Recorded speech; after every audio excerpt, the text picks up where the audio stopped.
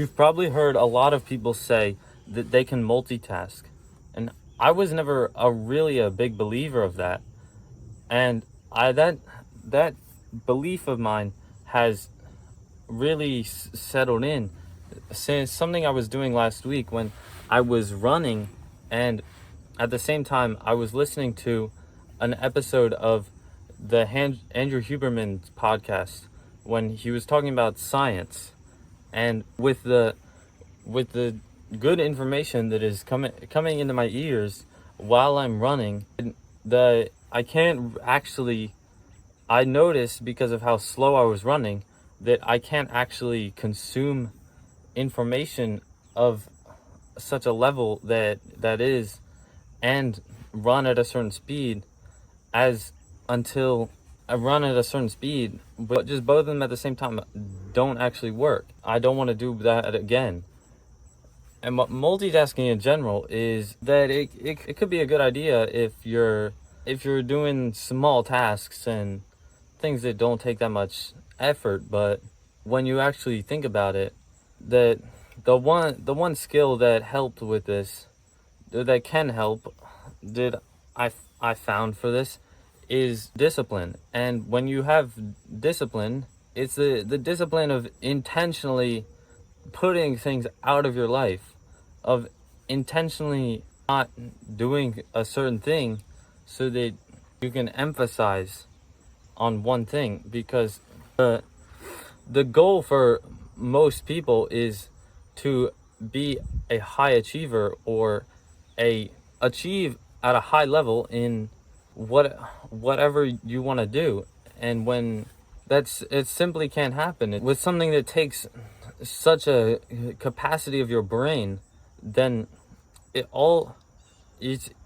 like you have 100, and then it gets shrunk into down 250 stacks on a bar chart. Or it could be, you never really know, it could be just some two numbers that are less than that. So as it really, it's hard to do, but when you think about it in the long run, and a few years time, I hope that I can implement some of these things and be glad that, looking back, I know I could be happier by actually engaging in such an activity that all of my being is put into one thing. When I run now, I might listen to music, because it's also about the mood that something puts your brain in. And if I'm listening to music and it's not that loud, then it's loud, but it's about the mood that it sets you in. And if it's a positive thing, or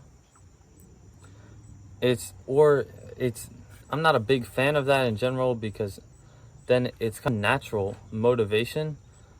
Then it's also good to say mean things to yourself, not to talk down about myself, but I say a lot of things to tell myself not to stop, because it is difficult, but that doesn't mean that my journey will end. And it takes some effort to put all of ourselves into that, because there's you see all of the people that are doing a certain thing, and then one day, if they don't do what they, sorry, I lost track there. If they skip out, somebody will overtake them. That could be anybody, but if that's you, you don't want it to be you. And the harder the mountain is to climb, the more energy that you need at once. And just to put everything that I have into this is when I believe that I could be grateful for myself. That it could just be saying, if I just wanted to do just a little bit of that run when I'm listening to Andrew Huberman, then, I mean, like, if what I did was the goal, I would be happy. But the goal was to get comprehend the information, but also get better at a physical activity at the same time. And I'm repeating myself now to help the hope that the message is getting across.